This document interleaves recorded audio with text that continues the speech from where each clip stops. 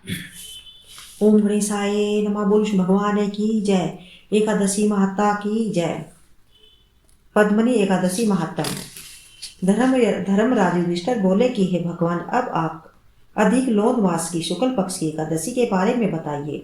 उस एकादशी का नाम क्या है तथा उसके व्रत की विधि सो विधि पूर्वक कहिए। श्री कृष्ण बोले कि हे राजन, अधिक लोध मास की एकादशी जो कि अनेक पुण्यों को देने वाली है, उसका नाम पद्मनी है। इस एकादशी के व्रत से मनुष्य विष्णुलोक को जाता है। हे राजन, इस विधि को मैंने सबसे प्रथम नारद जी से कहा था। वह विधि अनेक पापों को नष्ट करने वाली तथा भक्ति और मुक्ति प्रदान करने वाली है। अब मैं तुमसे उस विधि को पुनः कहता हूँ, आप ध्यान पूर्वक श्रवण कीजिए। दशमी के दिन व्रत को शुरू करना चाहिए और कांसे के पात्र में भोजन मांस, मसूर, चना, कोदो, शहद, शाक और परायत अन्न दशमी के दिन नहीं खाना चाहिए। इस दिन हव्य भोजन करना चाहिए और नमक भी नहीं खाना चाहिए। उस रात्रि को भूमि पर शयन करना चाहिए और ब्रह्मचार्य पूर्वक रहना चाहिए। एकादशी के दिन प्रातः उठकर नित्य की क्रिया से निवृत्त होकर दातुन करनी चाहिए और बाहर कुल्ला करके पुराण क्षेत्र में स्नान करने चला जाना चाहिए। उस समय गोबर, मृतिका, तिल, कुश तथा आमल की पूर्ण विधि पूर्वक स्नान करना चाहिए। स्नान करने से प्रथम शरीर में मिट्टी लगाते हुए उसी से प्रार्थना करनी चाहिए, हे मृत के तुमको भगवान ने शुक्र रूप धारण करके निकाला है। ब्रह्मा जी ने तुम्हें दिशा है और कश्यप जी ने तुमको मंत्रों से पूजा, इसलिए तुम मुझे भगवान की पूजा करने के लिए शुद्ध बना दो। समस्त औषधियों को पैदा हुई गो पेट में स्थित करने वाली और पृथ्वी पवित्र करने वाली तुम मुझे शुद्ध करो। ब्रह्म के थूक से पैदा होने वाली ये तुम मेरे शरीर को छू कर मुझे पवित्र करो। हे शंख चक्र गदाधारी देवों के देव जगन्नाथ, आप मुझे स्नान के लिए आज्ञा दीजिए। इसके उपरांत वरुण मंत्र को जप कर स्नान करना चाहिए। पवित्र तीर्थों के अभाव में उनका स्मरण करते हुए किसी तालाब में स्नान करना चाहिए। स्नान करने के पश्चात स्वच्छ बगैर फटे वस्त्र को धारण करके तथा संध्या तर्पण करके मंदिर में जाकर भगवान की पूजा करनी चाहिए। शरण की राधा सहित कृष्ण भगवान की प्रतिमा और पार्वती सहित महादेव जी की प्रतिमा बनाकर पूजन करें। धान्य के ऊपर मिट्टी या तांबे का घड़ा रखना चाहिए। उस घड़े को वस्त्र तथा गंध आदि से अलंकृत करके उसके मुंह पर तांबे, चांदी या सोने का पात्र रखना चाहिए। उस पात्र पर भगवान की प्रतिमा रखकर धूप, दीप, नैवेद्य, पुष्प, केसर आदि से उनकी पूजा करनी चाहिए। इसके उपरांत भगवान के सम्मुख नृत्य गान आदि करके उस दिन पर पतित तथा रजस्वला स्त्री का स्पर्श नहीं करना चाहिए। उस दिन असत्य बोलना तथा गुरु और ब्राह्मण की निंदा नहीं करनी चाहिए। उस दिन भक्तजनों को के साथ भगवान के सामने पुराण की कथा सुननी चाहिए। अधिक लोध मास की शुक्ल पक्ष की पद्मनी एकादशी का व्रत निर्जला करना चाहिए। यदि मनुष्य शक्ति रहित हो तो उसे जलपान या अल्पाहार से व्रत रखना चाहिए। रात्रि में जागरण करके नाच गान करके भगवान का स्मरण करते रहना चाहिए। प्रतिपहर मनुष्य को भगवान या महादेव जी की पूजा करनी चाहिए। वे भगवान को पहले पहर में नारियल, दूसरे में बिलपत्र, तीसरे में सीताफल और चौथे में सुपारी नारंगी अर्पण करना चाहिए। इससे पहले पहर में अग्नि होम का, दूसरे में वाजपेयी यज्ञ का, तीसरे में अश्वमेघ यज्ञ का और चौथे में राजसूय यज्ञ का फल मिलता है। इस फल से अधिक संसार में न यज्ञ है, न विद्या है, न दान आदि है। एकादशी का व्रत करने वाले मनुष्य को समस्त तीर्थ और यज्ञों का फल मिल जाता है। इस तरह से सूर्योदय तक जागरण करना चाहिए और स्नान करके ब्राह्मणों को भोजन कराना चाहिए। सब पदार्थ भगवान की प्रतिमा सहित ब्राह्मणों को देना चाहिए। इस प्रकार जो मनुष्य विधि पूर्वक भगवान की पूजा तथा व्रत करते हैं उनका जन्म सफल होता है और इस लोक में अनेक सुखों को भोगकर अंत में परम धाम को जाते हैं। हे राजन, मैंने आपको एकादशी के व्रत का पूरा विधान बता दिया। अब जो पद्मनी एकादशी का भक्ति पूर्वक व्रत कर चुके हैं उनकी कथा को कहता हूँ, ध्यान पूर्वक श्रवण कीजिए। यह सुंदर कथा पुलस्त्य जी ने नारद जी से कही थी।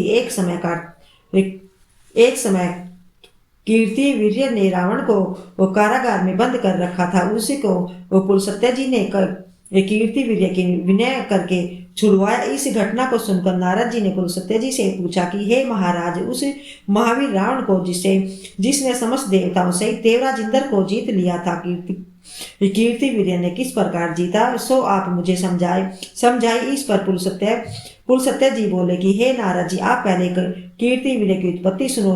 त्रेता युग में महिष्मती नाम की नगरी में कीर्ति वीर्य नामक एक राजा राज्य करता था। उस राजा के 100 स्त्री थी।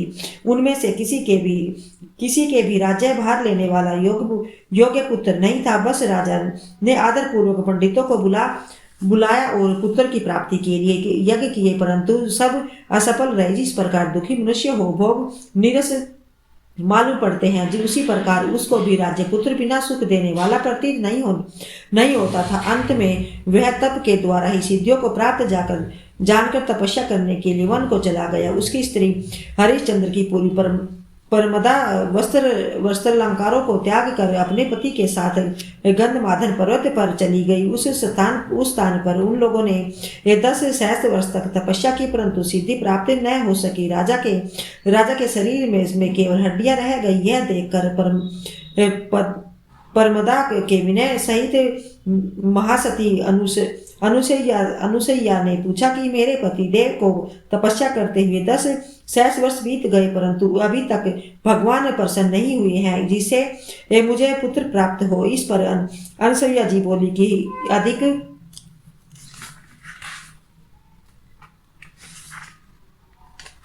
अधिक लोन मास में, जो कि 32 महीने बाद आता है, उसमें तो दो एकादशी हैं, जिसमें शुक्ल पक्ष की एकादशी का नाम पद्मनी और कृष्ण पक्ष की एकादशी का नाम परमा है। उसके जागरण और व्रत करने से भगवान तुम्हें अवश्य ही पुत्र देंगे। इसके पश्चात अनुसैया जी ने व्रत की विधि बतलाई। रानी ने अनुसैया की बताई विधि के अनुसार एकादशी का व्रत और रात्रि में जागरण किया। इससे भगवान विष्णु उस पर बहुत प्रसन्न हुए और वरदान मांगने के लिए कहा। रानी उस पर भगवान की स्तुति करने लगी। रानी ने कहा कि आप यह वरदान मेरे पति को दीजिए।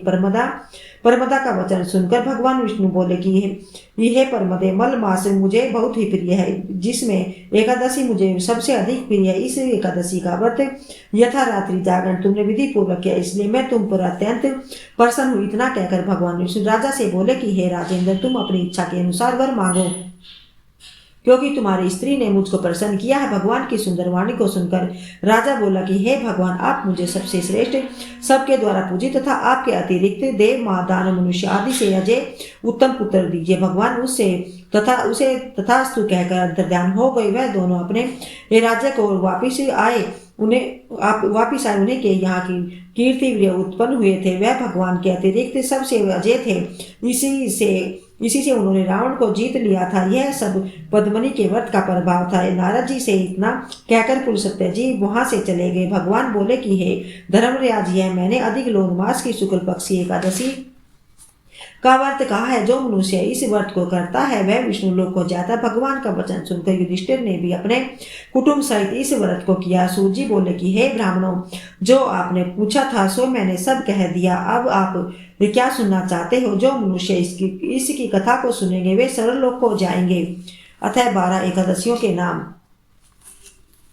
उत्पन्ना एकादशी, मोक्षदा एकादशी, सबला एकादशी, पुत्रदा एकादशी, षष्ठिला एकादशी, जया एकादशी, विजया एकादशी, अमला एकादशी, पापमोचनी एकादशी, कामदा एकादशी, भारुखनी एकादशी, मोहिनी एकादशी, अपरा एकादशी, निर्जला एकादशी, योगिनी एकादशी, देवशानी एकादशी, कामिका एकादशी, पुत्रदा एकादशी, अजय एकादशी, पवित्री एकादशी, इंदिरा एकादशी, पापाकुशा एकादशी, रमा एकादशी, देवठनी एकादशी, पद्मनी एकादशी, पद्मा एकादशी। एकादशी माता की जय।